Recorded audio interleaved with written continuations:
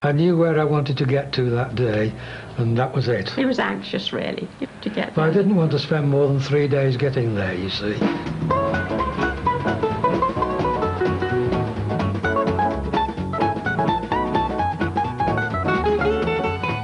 We went to Sarajevo in Herd, and we were surrounded by crowds of children as soon as we got there, looking at the car and looking at us and looking at our daughter and saying, "What an excellent car you have."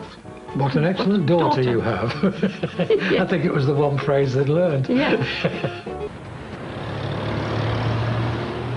Although the Minx line was popular, Rootes only had 10% of the market. They wanted more, and so built a bigger family car, the Super Minx.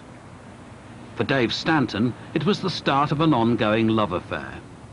I was sitting in the office one day, and my boss turned to me and said, "A young lad like you ought to be driving a convertible."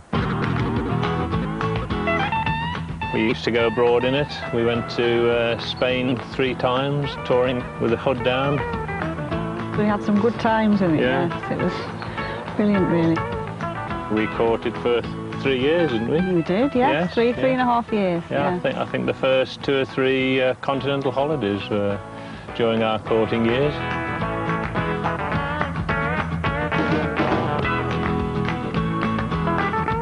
We used to borrow a tent off the same boss that advised me to buy a convertible in the first place, and we used to be able to get it up in an hour and a meal on all within an hour.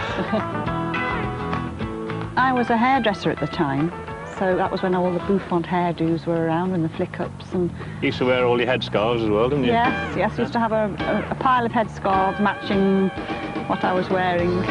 This is one of them, and just got to imagine the pin curls and the flick-ups all around the edge, but that's it, and then we were away then. With so many memories linked to the car, Dave couldn't bring himself to sell it. This is the original Hillman Super Minx convertible.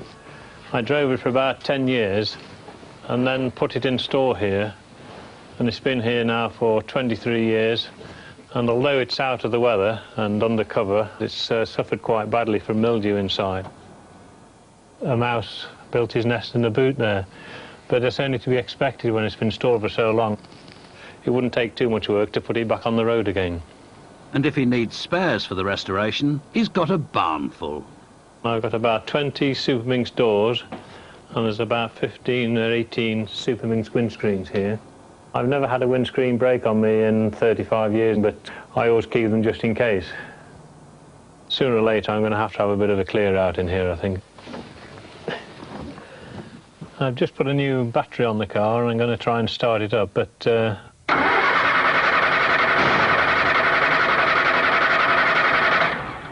I don't think we're going to get any luck. I'll give it another try.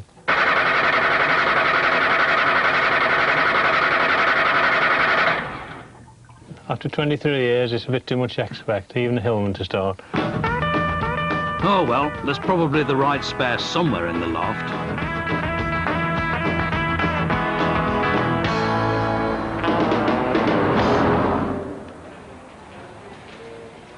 But Rootes were dependent on the badge-engineered Hillmans and the ageing Super Snipe range that had been first thought of in the 30s.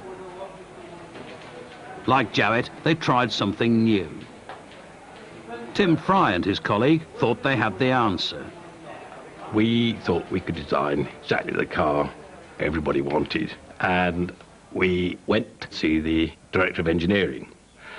He said, "All right, get on with it then." And so we left his office and looked at each other and said, "What on earth have we done?" But we said we'd do it, and we're British, so we'll have to do it.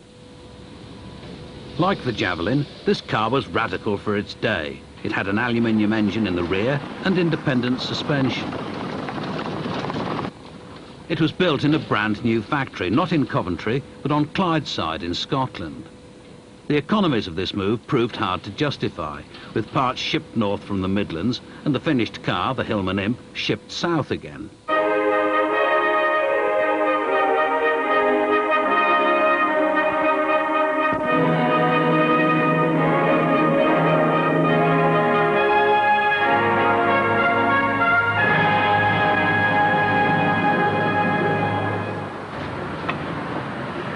Hello there. I'm going to give you the money after, he That's said. it, my duck. Oh, yeah, thank you.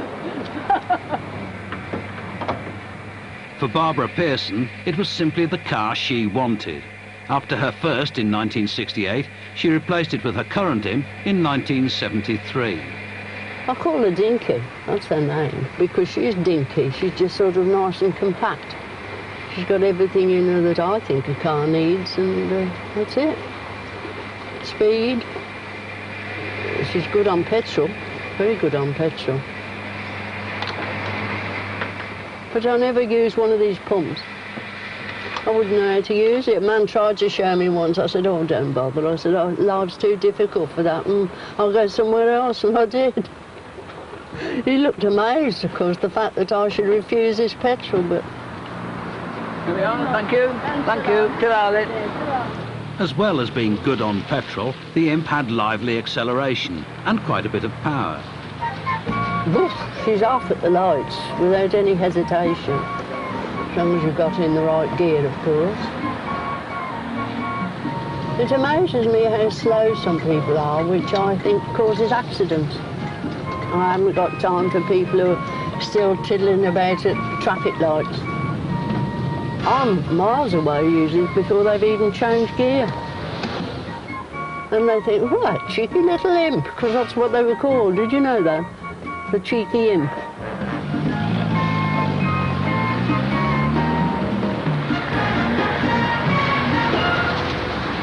Being built on Clydeside, the cheeky imp was isolated from the rest of the Roots factories in Coventry.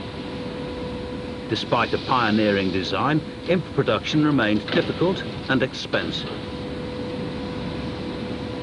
Just as Jowett's decision to build in Bradford destroyed the Javelin, so Roots' move to Scotland sealed the fate of their imp, and eventually of the whole company.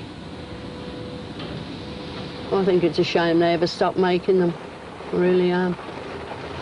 But they did, and that's it.